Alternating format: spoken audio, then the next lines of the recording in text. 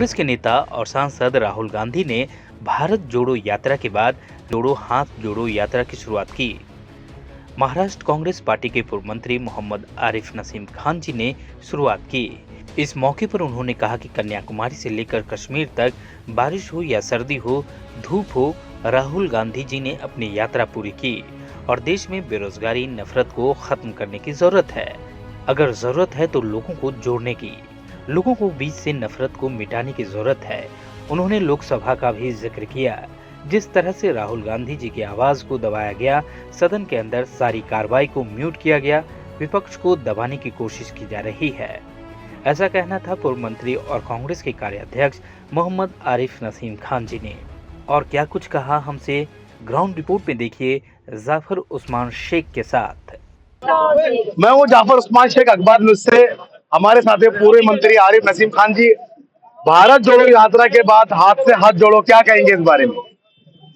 राहुल गांधी जी का ये संदेश है, क्योंकि जिस तरह से 4,800 किलोमीटर से ज्यादा धूप, कड़ाकी धूप में, कड़ाकी ठंडी में, बरसात में, तूफान में, कन्याकुमारी से कश्मीर तक जो उन्होंने भारत जोड़ो यात्रा निकाली और उन्होंने नारा दिया है, इस देश को जोड़ने की जरूरत है, देश को मजबूत करने की जरूरत है और उसके लिए नफरत छोड़ो भारत जोड़ो का नारा राहुल गांधी जी ने दिया है।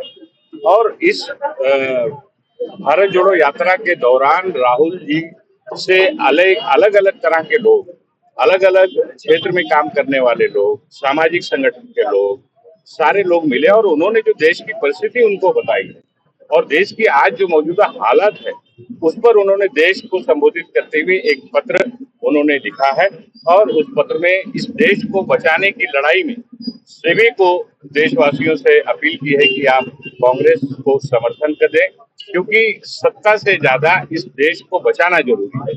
आज आप देखिए कि देश में महंगाई बढ़ रही है, बेरोजगारी बढ़ रही है, नफरत पैदा करने का माहौल जब जब चुनाव होता है किया जा रहा है, सीमा पे की सुरक्षा का आज सवाल है, देश की जो आर्थिक स्थिति है वो कमजोर होते जा रही है, तो भ्रष्टाचार बढ़ते जा रहा है।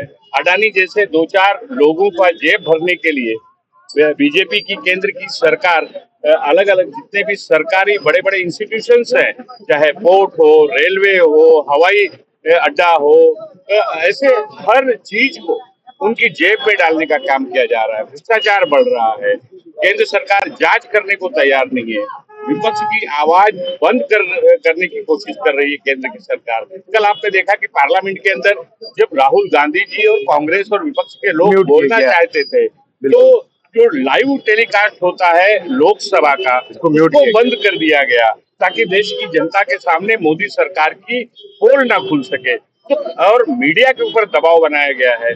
मीडिया सही तरह से देश में जो अराजकता है, महंगाई है, बेरोजगारी है, वो दिखाने को तैयार नहीं है, क्योंकि मीडिया पर भी दबाव भारत की केंद्र की बीजेपी की सरकार बनाए हुए है।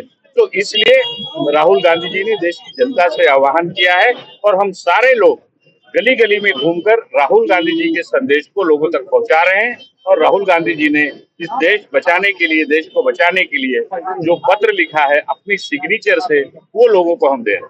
और खान साहब ने बहुत अच्छी बात की, लेकिन एक चीज मैं ये कहूंगा कि आपने सत्ता की बात की, सत्ता की जरूरत है लेकिन देश बचाना बहुत जरूरी है। जैसे अडानी के खिलाफ मोर्चा हो और कई बाकी चीजें हैं, तो ये क्या पूरे देश में ये सिलसिला जारी रहेगा? जैसे आज चांदीवली विधानसभा के अंदर है, और भी जगह पे होने वाला है, या इसका नेतृत्व करेंगे? नहीं, पूरे देश में भारत जोड़ो यात्रा के बाद राहुल जी का संदेश पत्र के जरिए पूरे देश में कांग्रेस के कार्यकर्ता, कांग्रेस के लीडर घर घर जाकर इस पत्र को, इस लेटर को, इस पत्र को लोगों तक पहुंचा रहे हैं और लोगों से अपील कर रहे हैं कि राहुल गांधी जी और कांग्रेस द्वारा लड़ी जाने वाली देश को बचाने की ये लड़ाई में हमारा आप साथ दें ताकि इस देश को बचाया जा सके। बहुत बहुत धन्यवाद।